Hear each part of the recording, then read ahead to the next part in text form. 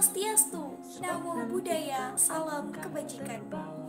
Marilah kita ucapkan puji syukur atas kehadirat Allah Subhanahu wa Ta'ala, Tuhan yang Maha Esa. Semoga kita selalu berada dalam lindungannya. Perkenalkan, saya Intan Dwi Lestari.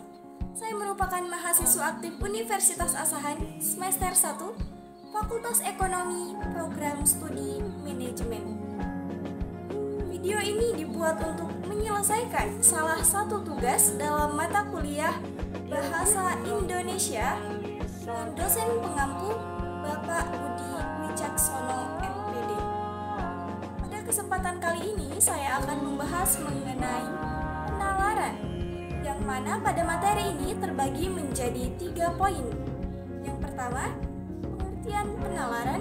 Yang kedua, penalaran induktif dan coraknya. Dan yang terakhir, penalaran deduktif dan coraknya. Apa itu penalaran? Penalaran adalah kemampuan untuk menilai sesuatu secara rasional dengan menerapkan sistem logika berdasarkan informasi baru atau yang sudah ada ketika membuat keputusan ataupun memecahkan rumusan masalah, sehingga memungkinkan untuk menimbang keuntungan dan kerugian dari sebuah tindakan sebelum memilihnya.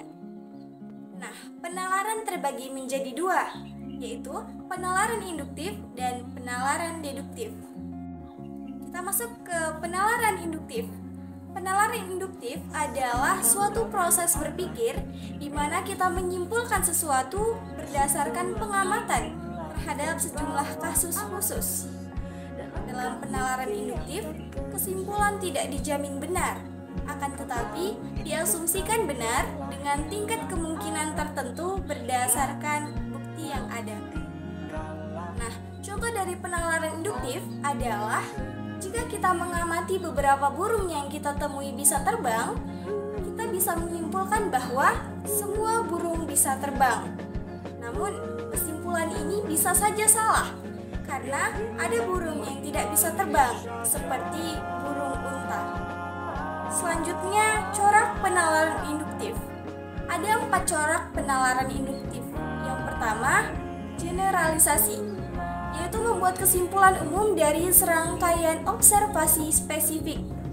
Misalnya, jika kita melihat banyak anjing berwarna hitam, kita mungkin menyimpulkan bahwa semua anjing berwarna hitam. Yang kedua, ada analogi, yaitu menggunakan kesamaan di antara beberapa hal untuk membuat kesimpulan bahwa hal lain juga memiliki kesamaan yang serupa. Misalnya, jika 2 negara dengan kondisi yang mirip mengalami pertumbuhan ekonomi yang sama, kita mungkin menyimpulkan bahwa negara ketiga dengan kondisi serupa juga akan mengalami pertumbuhan ekonomi yang sama. Yang ketiga adalah hubungan kausalitas atau hubungan sebab akibat. Dalam corak ini menyimpulkan hubungan sebab akibat berdasarkan pola kejadian yang diamati. Misalnya, jika setiap kali menyalakan kompor air mendidih, kita bisa menyimpulkan bahwa menyalakan kompor menyebabkan air mendidih. Dan corak penalaran induktif yang terakhir yaitu prediksi. Berdasarkan pola yang diobservasi, kita membuat prediksi tentang kejadian di masa depan. Misalnya, jika setiap musim panas dalam 5 tahun terakhir sangat panas, kita mungkin memprediksi bahwa musim panas tahun ini juga akan sangat panas. Selanjutnya ada penalaran deduktif. Penalaran deduktif adalah suatu proses berpikir yang bergerak dari premis umum menuju kesimpulan yang lebih spesifik. Sederhananya, kita mulai dari sebuah aturan umum yang kita yakini kebenarannya. Lalu, kita menerapkannya pada kasus khusus untuk mendapatkan sebuah kesimpulan yang logis. Contohnya, kasus umum menyatakan bahwa semua manusia akan mati. Pada kasus khusus menyatakan Andi adalah seorang manusia. Kesimpulannya, Andi akan mati. Ada 4 corak dalam penalaran deduktif. Yang pertama, silogisme kategoris. Ini adalah bentuk penalaran yang paling umum. Silogisme terdiri dari 3 proposisi, yaitu premis mayor, premis minor, dan kesimpulan. Premis mayor adalah pernyataan umum yang berlaku untuk semua anggota suatu kelompok. Premis minor adalah pernyataan khusus tentang anggota tertentu dari kelompok tersebut. Dan yang terakhir, kesimpulan. Kesimpulan menyatakan bahwa kedua premis haruslah logis.